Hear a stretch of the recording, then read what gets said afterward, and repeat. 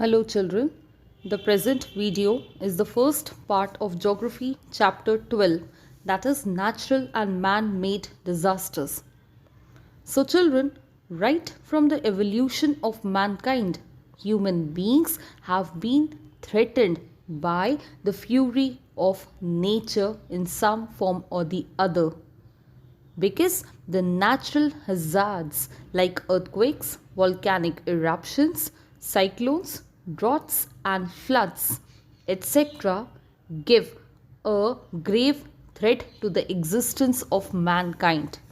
These natural hazards keep occurring in different parts in varying intensity.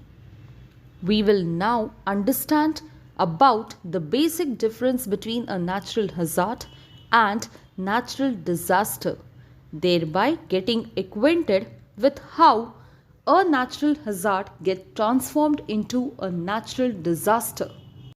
So children, beginning with natural hazard. A natural hazard may be defined as any natural occurrence or event which is infrequent and is capable of threatening life and property.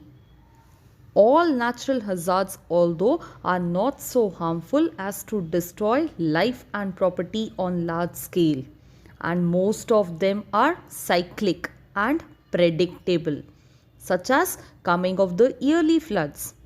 In such a situation, the people adapt themselves to the changing conditions. For example, people living in a river floodplain usually leave it when the water level is high.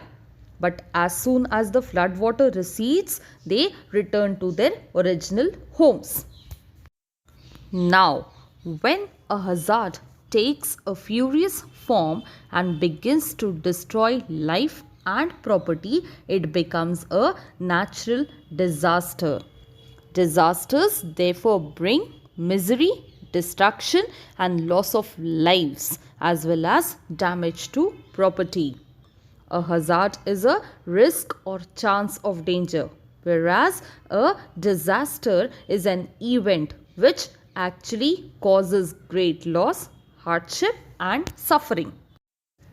Natural hazards are classified under the two heads, namely geological hazards, which are caused by the endogenic forces which originate below or within the surface of the earth.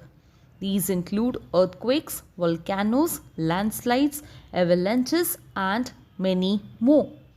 Such hazards occur rarely, but they are very severe and cause more suffering and damage. The second classification of natural hazards are the weather associated hazards, which occur due to the exogenic forces that originate and work above the surface of the earth. These include the natural hazards like floods, cyclones, droughts that are not so severe in their impact and usually not so damaging as well. Let us now study about each of these geological and weather associated hazards.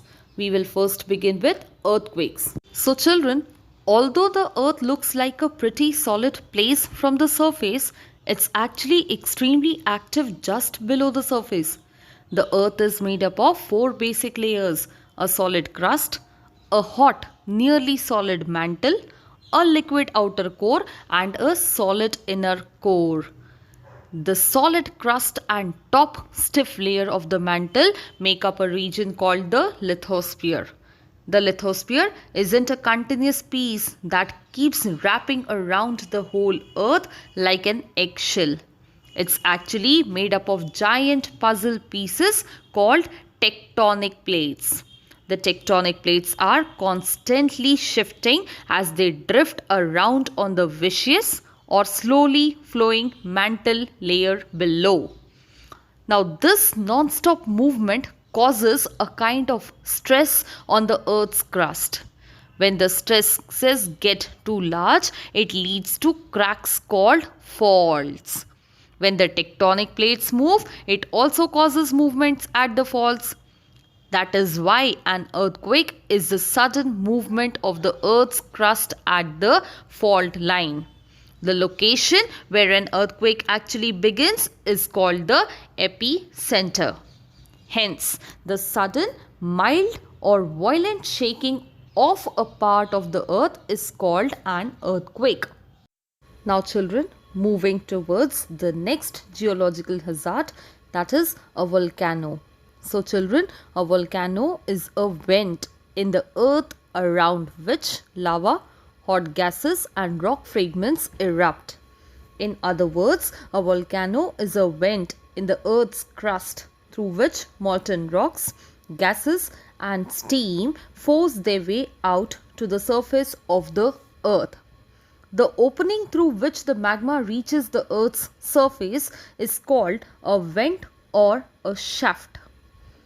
A bowl-shaped feature or a funnel-shaped mouth of the shaft is called the crater. The molten materials, so long as it remains within the surface of the earth, is called magma. But when this liquid or magma rises slowly to the surface of the earth, it is called lava.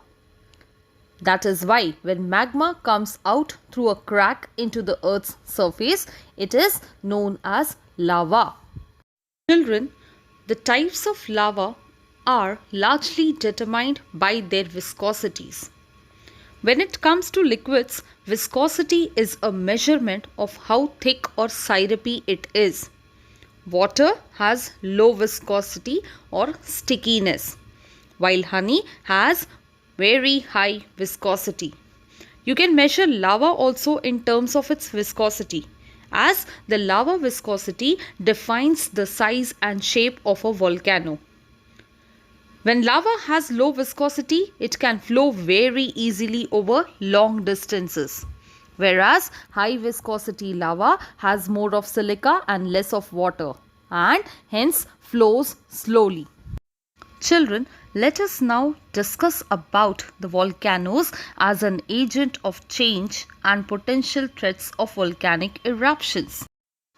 So children, the materials that erupt from the volcano piles up around the volcanic vent or opening in the earth's crust, thereby forming a triangle-shaped hill known as a volcanic cone.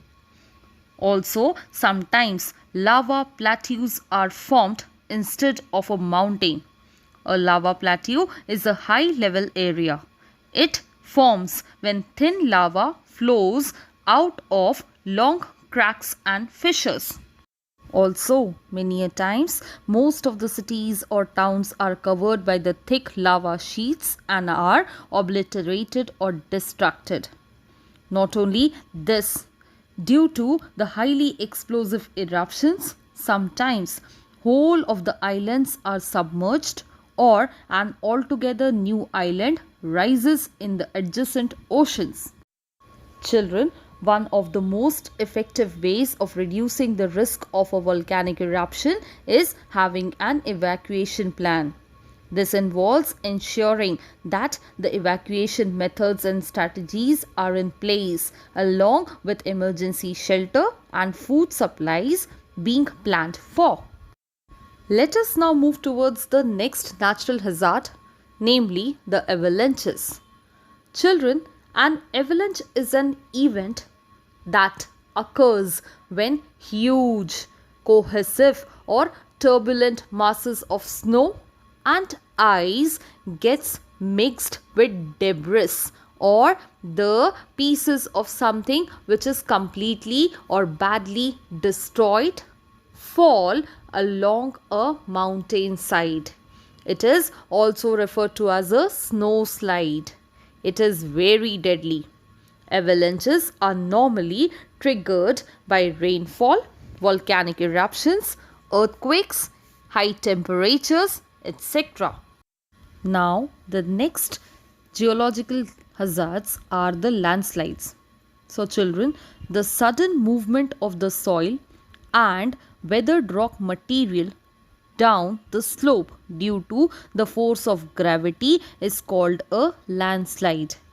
There are various causes of landslides. Let us discuss them one by one. Children, the rainfall or heavy rainfall often causes the mountain ranges that are made up of loose sediments to slide down, thereby leading towards the occurrence of landslides. Children, the gravitational pull of the earth also plays a major role in the occurrence of landslides. Gravity is the physical force of attraction between any two objects in the universe.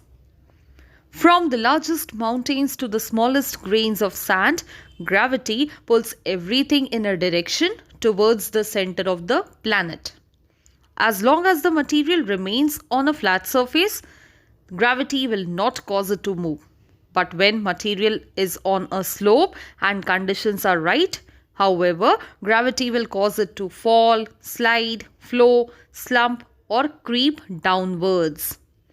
That downhill movement of soil, rocks, mud, and other debris can either be slow or fast, leading towards the occurrence of landslides. Children, even a river can trigger landslides and mudslides because it alters the pressure within the slope, which leads to slope instability by weakening the foundation of the hills and thereby resulting them to collapse at any time. Human beings also contribute to landslides, especially when heavy structures are built on the hills. Lastly, deforestation generally increases rates of soil erosion by increasing the amount of runoff and reducing the protection of the soil from the tree litter. Trees removal on steep slopes with shallow soil thus increases the risks of landslides, which can threaten people living nearby. Children, the Okimat landslide in 1998 in Uttarakhand wiped out a whole village. Several disastrous landslides, torrential rains, and flash floods in June 2013 in Uttarakhand led to death of around 5,700 pilgrims in and around the 4 pilgrimage centers. Children, the various landslide mitigation techniques include avoiding the construction of buildings on steep slopes, checking deforestation, and construction of retention walls. Okay, children, thank you.